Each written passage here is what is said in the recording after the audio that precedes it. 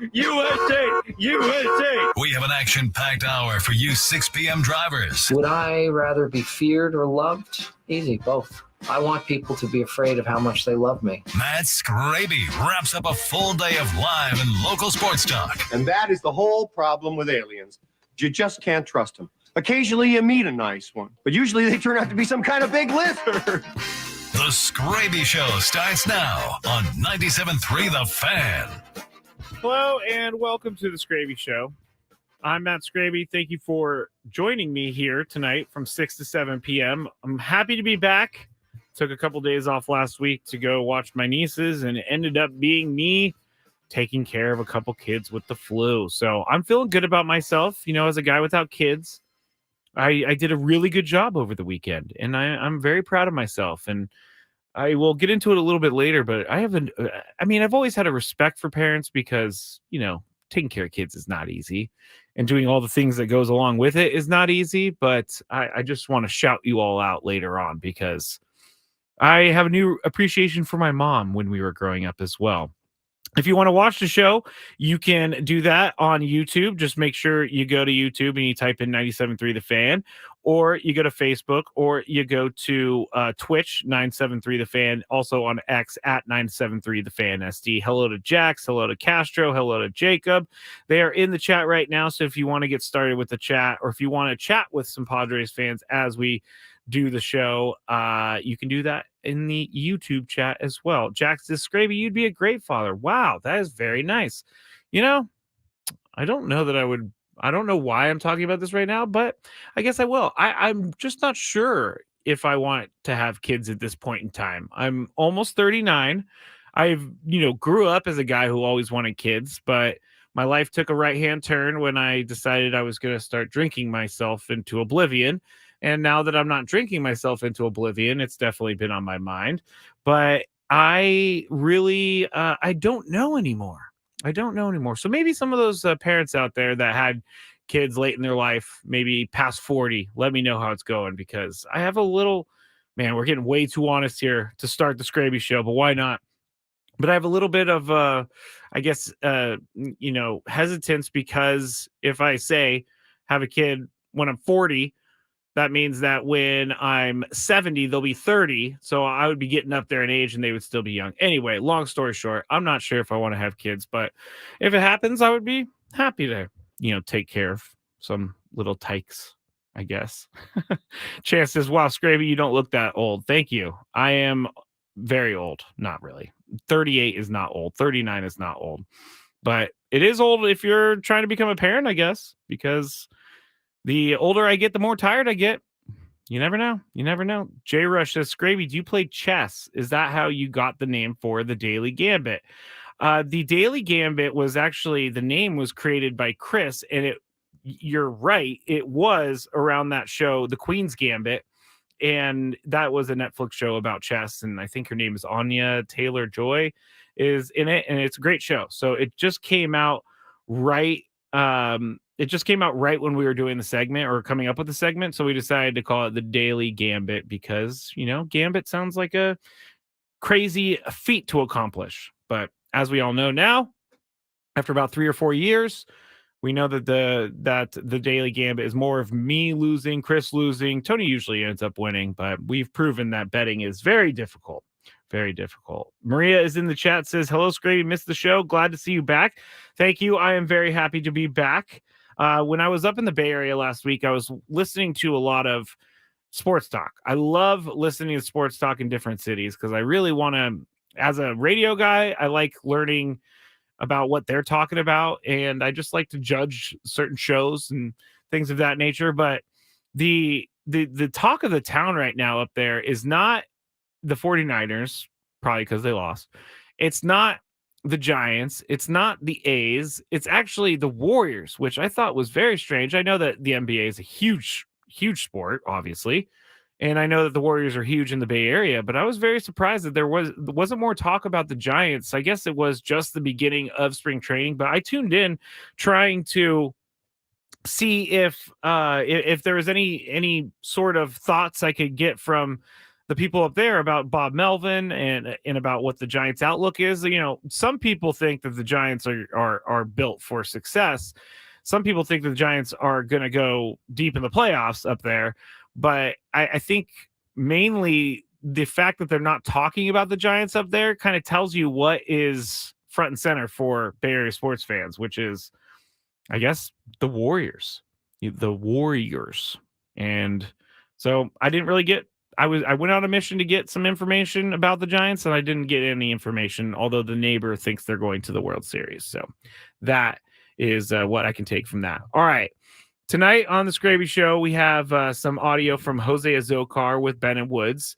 Love Jose Azokar. He has a great voice. He's going to be taking over for one of us one day when he retires from baseball because he has that radio voice. We're going to do the news of the day here in just a second. And then in about, 15 minutes or so, maybe a little bit more than that, I'm going to talk about a headline I saw on MLB.com when I logged in today that involves Juan Soto, but I just would like to share with everyone this is what baseball wanted, and I'll just say that, and I'll get into it in just a little bit.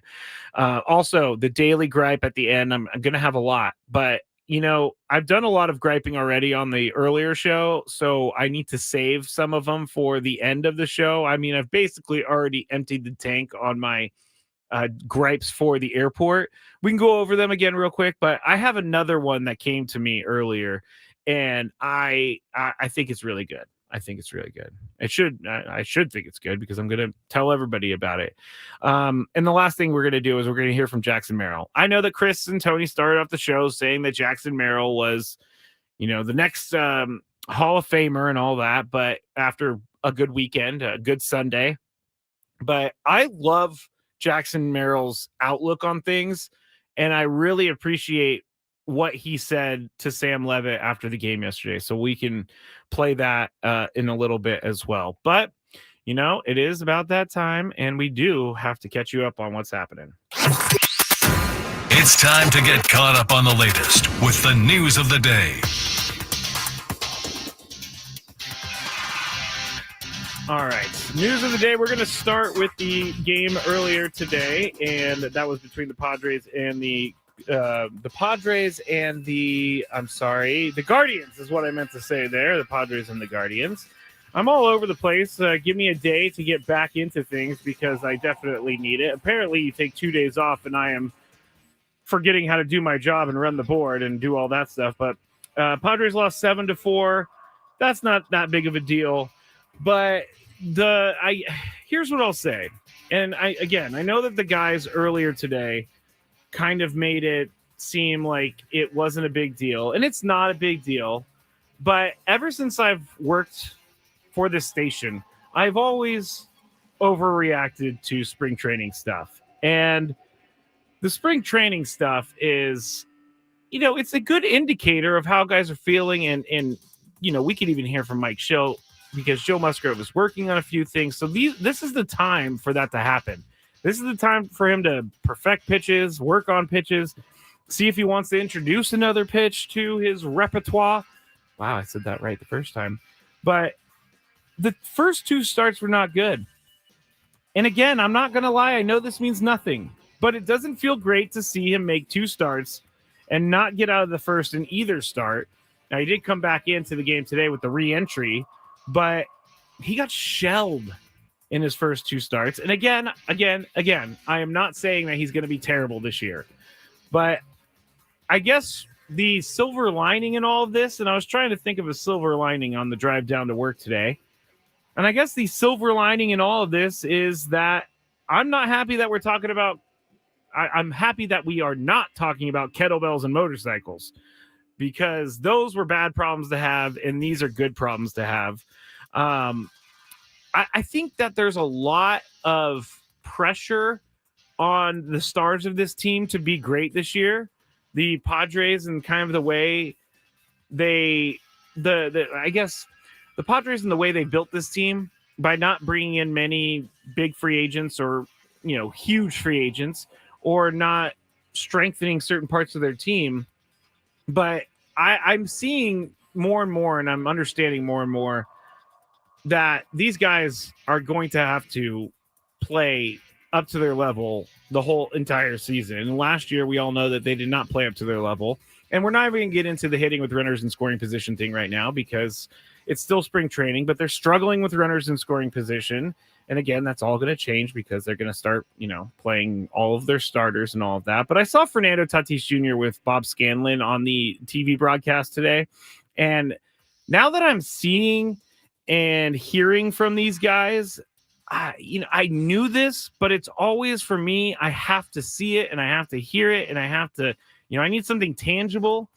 But seeing Fernando talk about his upcoming year, seeing him talk about his offseason, seeing how excited he is to be there this year, and also recognizing the fact that he is a leader of this team and recognizing the fact that he is going to have an MVP type season for the Padres.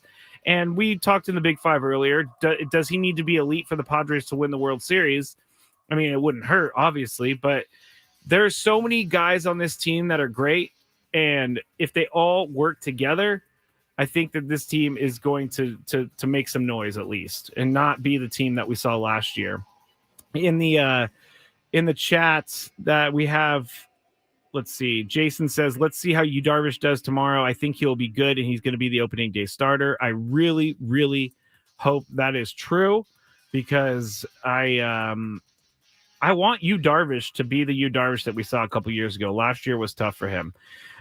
Joseph is saying, haven't been able to watch all the spring training games. Has he been playing as good as Tatis did back then, or is it just close enough? And I believe you're talking about Jackson Merrill. I don't know that we could compare him to Tatis at all because he's not Tatis, and he's not a guy who's someone.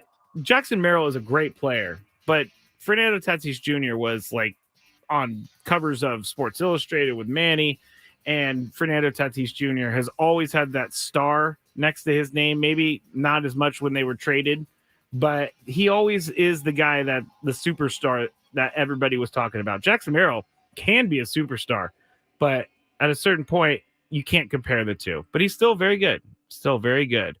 So one more thought about the game today, and that would be I thought more about Xander Bogaerts deciding to move to second base. And it's also, it's something that he is putting himself out there for. Because I was watching the game earlier. He got a ball, and he was trying to turn a double play. And he threw the ball just a little bit high. And it made me think immediately of when he was talking to the media and about how he was kind of, I guess not mad, but frustrated that he didn't get much time or any time to work at second base in the offseason. And he said that double play exchange is going to be the hardest thing for him. So when you see Xander Bogaerts do that in the field, and today he threw a little bit high, Kim had to go up and jump and come off the bag. And so double play didn't happen. No outs were recorded. And again, this is spring training, so that's why we're doing it. But you got to keep an eye on that. And Xander Bogaerts is putting himself out there for the team. So I feel very, very good about that. All right. Second news story of the day is the court storming. And we talked about it in the Big Five earlier. The court storming is something that I believe is reserved for massive wins. I believe is reserved for something that is something you tell your grandkids about one day. Like, you stormed the court because your team had zero chance to ever beat the other team, and they did, and you did it at home, and so you get to storm the court. That's what I believe court storming is all about, is the huge, massive, life-changing, generational changing wins for these programs. But these court storming incidents recently have been, this was Wake Forest and Duke, and it hurt one of their best players. I just read that I think it's Filipowski is going to be okay. He's a little sore, but he didn't have any major damage. But we don't want to talk about an athlete who has major damage to or gets an injury because of court storming. We saw it with Caitlin Clark. We now saw it with Duke here. And we played the audio of Jay Billis of ESPN saying that they just need to keep all the people on the court and fine them. I just don't think that's going to work. I don't know what's going to happen. The only solution I think that they can come up with for this is to continually fine the school a lot of money so that they are forced to do something because the school. If there's one thing I know about big business and major institutions is that they do not like to lose any money, and they will pull out all the stops in order to not lose any money. So it's one of those, it's just I'm just not a fan of the court storming, and I'm not a fan. Well, I'm a fan of court storming when it's appropriate. When it's not appropriate, not a fan of court storming. All right. We were talking about this a little bit earlier, but that game between North Carolina and Miami, they ended up going, North Carolina was up 13 points. They ended up actually just winning by a couple points. So Miami came all the way back, ruined the spread. Miami lost 73-71. I need one more story. And you know what? Let's do this one. Anthony Kim. We talked about him last week. He last played in a professional golf tournament nearly a dozen years ago. He's 38 now, and he's expected to play in the Live Golf Invitational coming up here starting on Friday. And he's about to play as a wild card, meaning he will compete in the individual competition, but his scores won't count in the team event. Now, Kim, this is the thing with Kim, with not Hassan Kim, Anthony Kim. This is the thing with him. The rumor is that he years ago was injured a bunch, and he took out an insurance policy that would pay him a bunch of money if he didn't golf professionally over a certain amount of time. And so now that time's kind of up, Anthony Kim is trying to get back into it. And if you're a golf fan, you know that Anthony Kim, he had a name. He definitely was someone that turned heads. He was on the Ryder Cup teams. He was really good there for a little bit, and then he disappeared off the face of the earth, and now he's back for Live. Live, I can't get behind this. The more and more I see about all the different players they're trying to pull in, Live is not about golf. Live is about Greg Norman sticking it to the PGA Tour. And Live is all about stealing these players. And you know what? I guess you can because you have all the money, but I don't think it's the best thing for the sport. And I know that a lot of those guys don't think it's the best thing for the sport. But when you're offered $450 million or $600 million or whatever that John Rahm was offered, you have to take it. You really, really have to take it. So there you go. Anthony Kim looking to make a debut after 10 plus years here at the Live Golf event in Saudi Arabia. All right. When we get back, I'm going to tell you about that headline that I saw this morning when I logged on to MLB.com that slightly angered me. We'll also talk about Jackson Merrill, and I'm going to give you parents your due. So all of that coming up next here on the Skraby Show on 97.3 The Fan.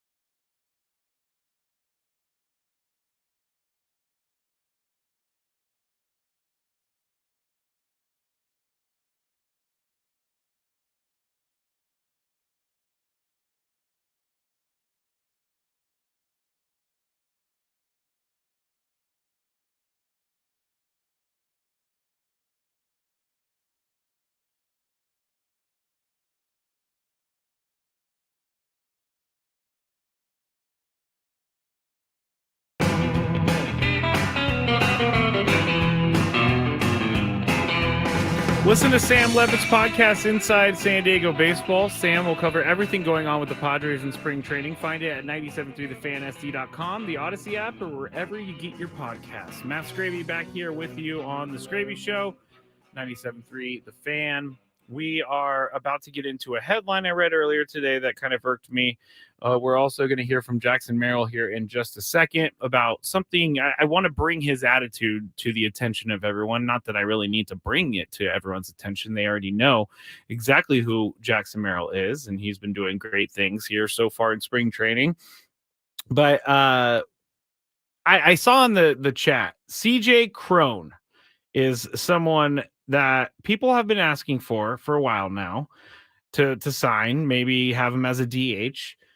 The problem with CJ Crone, though, and I get it. He has good numbers at Petco Park, but I'm about to say something that means nothing in the whole scheme of things, but at the same time, when you have someone on your fantasy team, you pay attention to them a lot and you look at their stats a lot. And CJ Crone last year maybe had a good opening day. If CJ Crone last year had, good statistics at Petco Park, that's great and everything, but I am just not a fan of bringing in CJ Crone. I don't think that's going to make the team better. He hit last year after he left the Rockies. He went to the Angels. He hit 200 in 15 games. So not a big sample size, but when he was with the Rockies last year, he played 56 games. He hit 260. He had an OPS of 780. His career OPS is 791. His career batting average is 260. So although he can hit a ton of home runs and has in his career, I just don't know that you're getting a good baseball player. I don't know if you're getting a baseball player that makes your team significantly better. And for part of me wants to see what these young guys have. And part of me really wants to try and build from within. I'm not a fan of just bringing in a guy just to bring in a guy. And I'm looking at his total statistics right here. He didn't overwhelm me last year. He had a great year in 2021. He was an all-star in 2022. He hit 281. He has an OPS plus of 129. Last year, he had an OPS plus of 98 with the Rockies. So that we're just looking at an average player. Also, really good point on the chat. You can't have two Crone zones. It's really good. I didn't even think about that. We already have Jake Cronenworth. But I get what you're saying to the person on the chat who is suggesting CJ Crone. And you're not the only person that suggests CJ Crone. I just don't know that he's going to make the team better. But hey, now that I've said that, he's going to be on the team tomorrow and he's going to be an MVP this year. That's just how those things work out. Just how it works out. All right. So the headline that I saw earlier this morning, and log on to MLB.com. Actually, here's why. I wasn't really sure if Tony was working the game today because, he does it with Jesse for the online broadcast sometimes. And so I was going to MLB.com, seeing if he was going to be on the online broadcast today, seeing what that situation was. And I load the page, and here is the headline that smacks me right in the face. Mid-season form? Soto already in superstar mode. A day after clanking one off the scoreboard for his first Yankees home run, Juan Soto socked a 2-run double off the wall in right center field against the Twins. And I get it. He is now a Yankee. He is now someone who is in front of the entire world's eyes. But I just don't understand why this type of coverage was there when he was a Padre. I mean, when he was a National, they had some pretty big coverage on him. They did. But now that he's a Yankee, he is just being made out to be the greatest player to ever play. And this is not me mad that he left the Padres, because obviously it made the Padres better. And I do believe that as the year goes along, that trade will go down more and more as a good trade for the Padres. It's already a pretty good trade for the Padres, but you have to still see the guys perform. And I don't necessarily think that Juan Soto hitting home runs in spring training for the Yankees is something that I need to be that needs to be shoved in my face. He hit one home run. Okay. He hit a nice home run. It hit off the scoreboard. I get that. But this is exactly what baseball wanted. This is exactly what they wanted. They want someone like Juan Soto in a massive market so they can just make sure that we all know who he is and how great he is all the time. And this is not a Juan Soto comment because Juan Soto is not the one who's writing the headlines for the website. This is on the media and this is on MLB.com. I just never saw this sort of belief. I never saw this sort of coverage when he was here in San Diego. And it's kind of annoying. It's kind of annoying. I'll just end it right there. I don't know. What do you, if you guys have any suggestions, or not suggestions, but if you guys have any thoughts on Juan Soto and the way he's been covered ever since he left the Padres, you can go on the chat or you can tweet me at Matt Skraby. I guess he messed up on a fly ball today. I did not see that. That was from Anthony. I did not see that. He's an average defender is what I'm seeing on the chat, but that's what we did see last year. We did see him not have the best defensive moves out there in the outfield. So we'll see what happens when he's with the Yankees. But if it's going to be a season of every time he makes contact and I get a headline about it, I'm going to have to mute some of those things. Jack says, I want to throw up every time I see a Soto clipping Yankees pinstripes. Yeah, you know what? I saw him in those pinstripes too. Honestly, I don't think he looks like a Yankee to me. I don't know why, but when I see him in that uniform, the blue and the white, I don't know why. It just looks a little strange to me. I'm going to need some more time to, get into the season and see him in those uniforms a lot before I am able to get over it. Jackson Merrill. Let's talk about someone fun. And I'm bringing up this clip because it's not the most thought-provoking clip or anything like that. But yesterday, after the game, Sammy Levitt and some reporters caught up with him. You're going to hear Kevin Acee of the San Diego Union Tribune in the beginning of this, but I have him in there so that you can set up the question. But I want you to pay attention to what Jackson Merrill said. I know that you have confidence, and you said it doesn't matter what level you're at, you're going to be the same player. But did you have to do anything to prepare yourself, to remind yourself, okay, be the same guy at the plate, have the same discipline that I've always had? Or it's a game, man. It's fun. It's fun coming out here. I could sleep here if I'm being honest. So it's the same thing everywhere. I don't prepare any differently any day. I come in, I be the same player as I was in Lower that I am now. And I think that response right there is the reason that people are starting to fall in love with Jackson Merrill being on the big league team on opening day. And it might not even be because he has this huge upside, which he does. But that attitude, I think, is what the Padres need.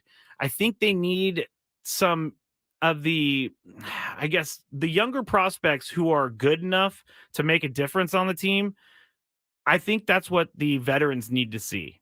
And not that the veterans are taking it for granted or the veterans are not all into it, but him saying this is just a game and it's fun coming out here. I could sleep here if I'm being honest. That is refreshing to me because I'm not hearing the same old stock answer.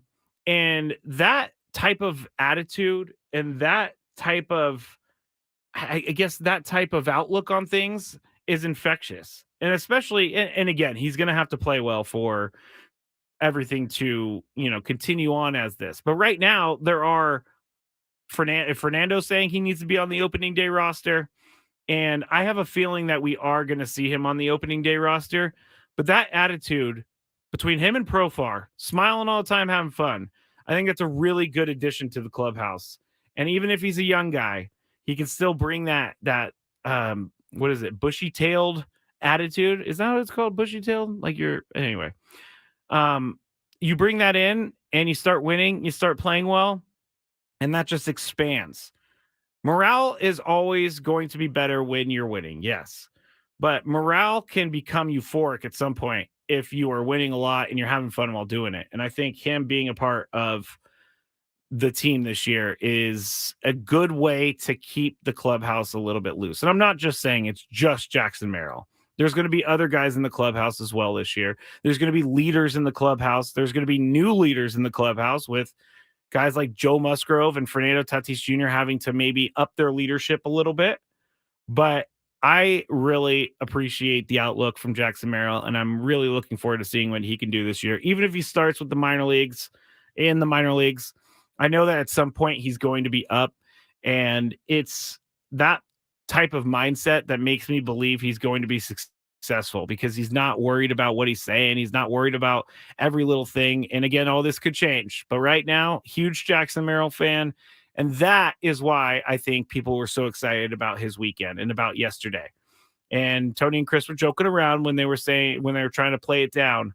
But combined, his attitude combined with what he did yesterday, if he could put a bunch of those together here in spring training, I think we're going to be very excited to see Jackson Merrill play at the big league level coming up this year. Maybe even Petco Park on opening day, or home opening day. Opening days in Korea. So he might be making his start in Korea, but we'll see. We'll see.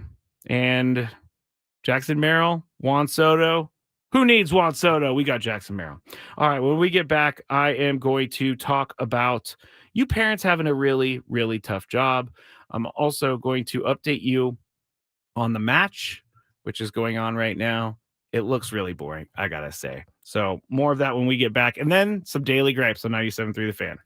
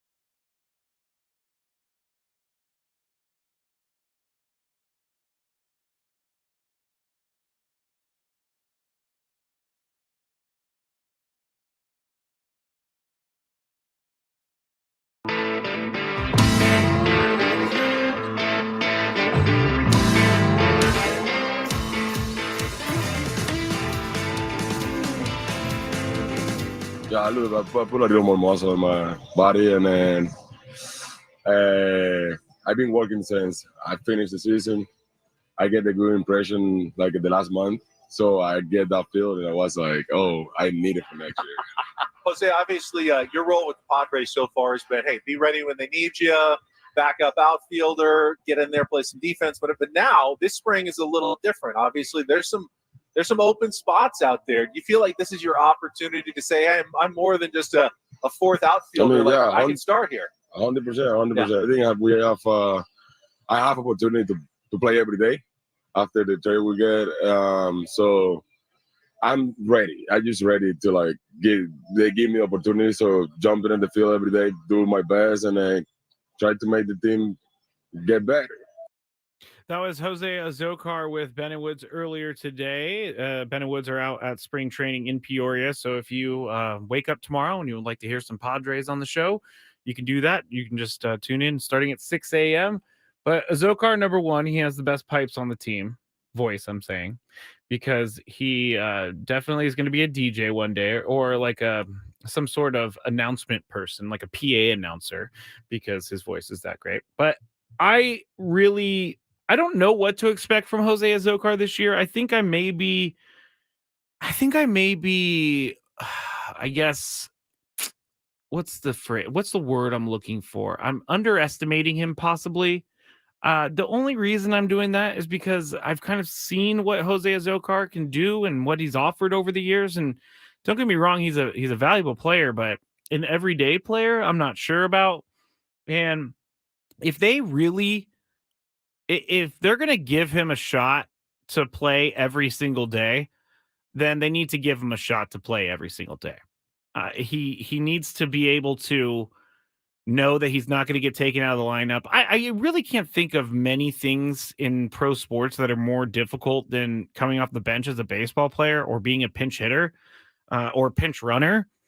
And so if if they're going to bring Azocar in as the starting center fielder, I want him to get a go. I want him to be able to know that he's in that lineup every single day. I need him to show what the reason is for the Padres not bringing in a new center fielder. And by the way, don't look now, but Trent Grisham hit a home run in spring training. I know. We're going to be doing this all year. And we kind of forgot about the whole. We forgot about Trent Grisham in the Juan Soto trade. We talked about Juan Soto earlier, but Trent Grisham is also a part of that trade, and he hit a home run in spring training. But I say let's look and see what he's doing in July. That's what I say. What about Profar? Wouldn't he start over Azocar? I think what are we assuming that Profar is going to be playing? Is he going to be playing left field, or is he going to be playing center field? Because Profar, although he is a good addition to this team, he's a veteran. People love him in the clubhouse. Fans love him. Profar is a good person to have to help guide you through the season as a player, but I don't know if he is an everyday player. I know that he has been an everyday player, but we'll have to see. And I don't really necessarily know that Jurickson Profar is going to play center field. I could be wrong and may be wrong, but I'm just not sure. I don't know that he is one of those guys that can do it on an everyday basis. Like Trent Grisham, say what you want to say about Trent Grisham. He was a really good defender, and you didn't have to worry about much with Trent Grisham in the outfield. That is for sure. Like you weren't worrying. Whenever a ball was hit the center field, you knew it was probably going to get tracked down by Trent Grisham. So lots still to talk about here, and lots more to be done. When I was gone last week, I guess Chris had a meltdown on one of the days. I'm not sure. Maybe a meltdown slightly dramatic, but he was saying this team has holes. This team needs more players. I think we're looking at the core, the bulk of the team right now, and then there's just going to be tons of competition for different spots on the team. Maybe that at some point during spring, they say we need to bring someone else in because we just don't have a center fielder that can play every day. So maybe they do that. But this team, I don't think is going to change all that much from now until opening day. And I'm not sure if that's a good thing or a bad thing. I'm not sure at all. Chance says, I feel like losing Grisham hurt us more than losing Soto. We have hitters and Soto can be replaced, but Grisham's defense is remarkable. Grisham's defense is remarkable. But what he was doing at the plate was the complete opposite. I think he canceled out his remarkable defense with how much he struggled to hit at times. And I say at times, I say like it was hard to even watch at points. But I think that Trent Grisham, I think both of them are going to hurt in their own ways. But then when you see Michael King, you see Drew Thorpe, you see Brito and Vasquez and Higashioka, you see those guys, it's going to make you forget about that trade real quick. I swear. Man, the time flies on this show. I got to say, I'm Matt Skraby. This is the Skraby Show. If you want to tune in for the last couple minutes of the show, you can on YouTube. Just go to 97.3 The Fan, and you can find the live show going on right now. The match, which when I say the match, you're probably like, what is the match? Well, the match is one of those things that's being put on by TNT right now. I believe, I haven't been able to look this up yet, but I'm believing that this is in Florida. So it's almost 10 o'clock in Florida right now. They're still playing. They're not even close to being done. But I if I have a small gripe about this, I would say that I think it's over, people. I think the match, the whole idea has been, it's just been done now. It was great when Phil Mickelson and Tiger Woods did it, but you got DJ Khaled out there now. You got a bunch of people out there. You got Rory McIlroy, Max Homa, Rose Zhang, and you have Lexi Thompson. But we've been watching this thing the entire time, and I'm a golf guy, and I haven't even been very entertained at all. And I'm a Rory McIlroy guy too. On the chat, oh, I guess Chris, I'm not. Wow. Okay, so I guess Chris was on the ledge according to Jax. We also have M. McKee saying he was trying to bring others out on the ledge too. Man, I didn't realize that. Chris is a little bit crazy at times, so I can't be too mad at it. All right. I said it earlier. I need to give all you parents some props because I only took care of kids for 3 days. And my nieces are 8 and 6, and they are self-sufficient for the most part. But obviously, I can't leave them alone. Obviously, I can't just put them in front of a TV and leave for the day or whatever.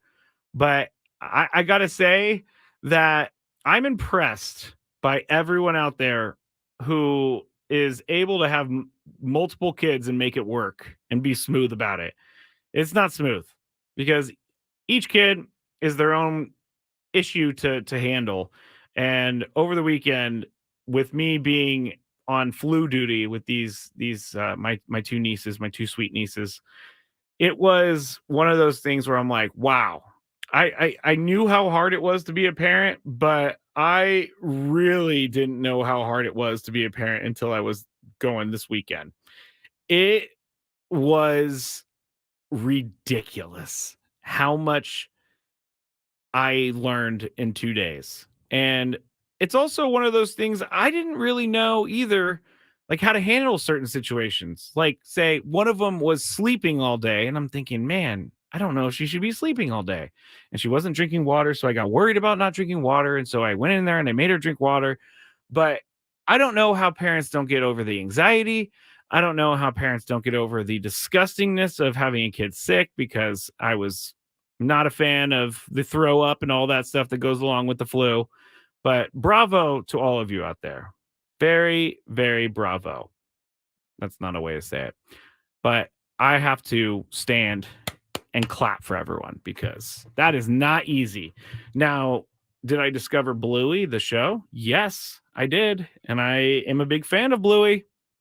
I'm a huge fan of Bluey now because they give good life lessons. They're kind of funny. I guess the jokes and the life stories and all that stuff make a lot of sense to adults and kids. So if you haven't checked it out, if you have kids, I mean, the only reason I watched Bluey was because they had it on TV, but it's not a bad show. B Free 619 says, imagine if you had to change diapers, dude. Yes. That I didn't have to change diapers. You're absolutely right. I have changed diapers in the past, gross. Very, very, very, very, very, very, very gross. This is what makes me think I should not be a parent. Also, Emma Key says you have to take care of the kids when you're also sick. It's the worst. That is true as well. So, again, shout out to all you parents out there. I don't know how you don't lose it on a daily basis with some of those kids and what they're doing. All right, I've said enough about that. It's time to get into what everybody wants. What's annoying Skraby today? Let's find out. It's time for the Daily Gripe. All right, so we've been through a lot of the daily gripes today already, and most of them are airport things. But here are some more that I kind of from the airport and from my weekend of travel.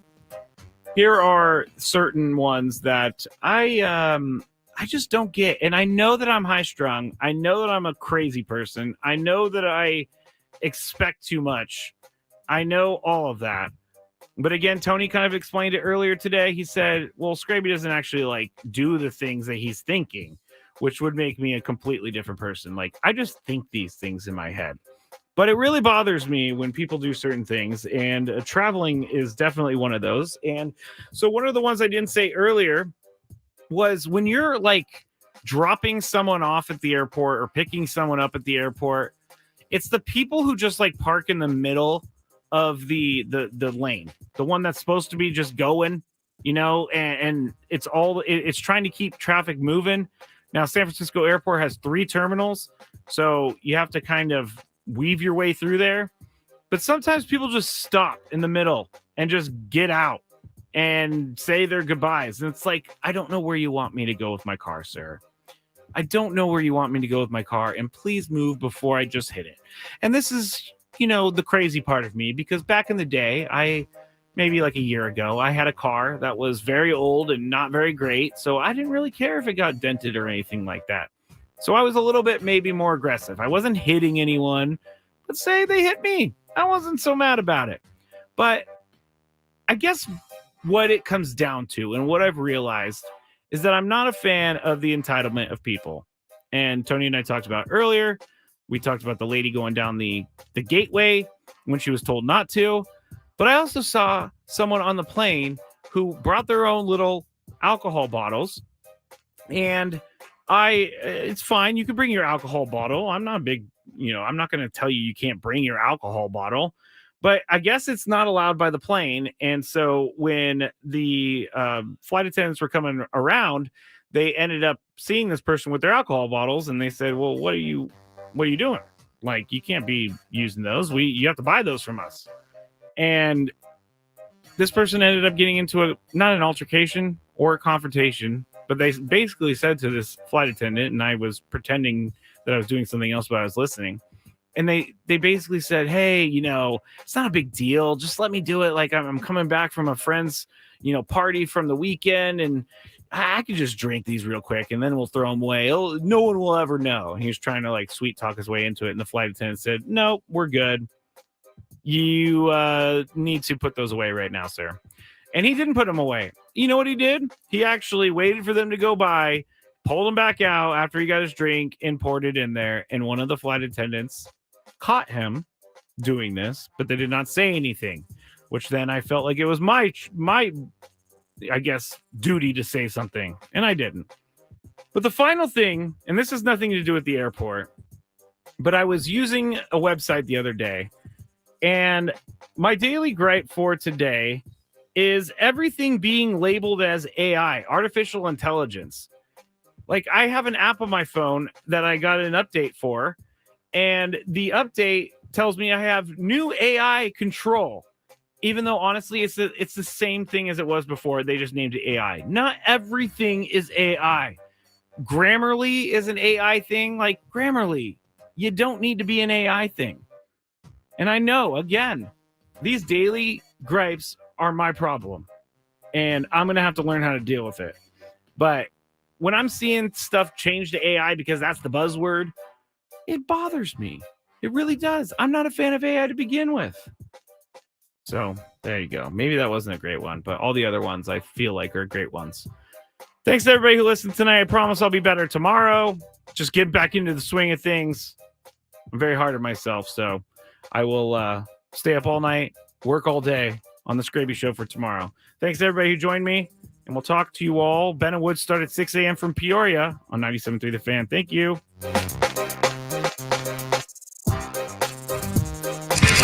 Padres, Giants. What a play by Machado. Cactus League Baseball on The Fan. Our coverage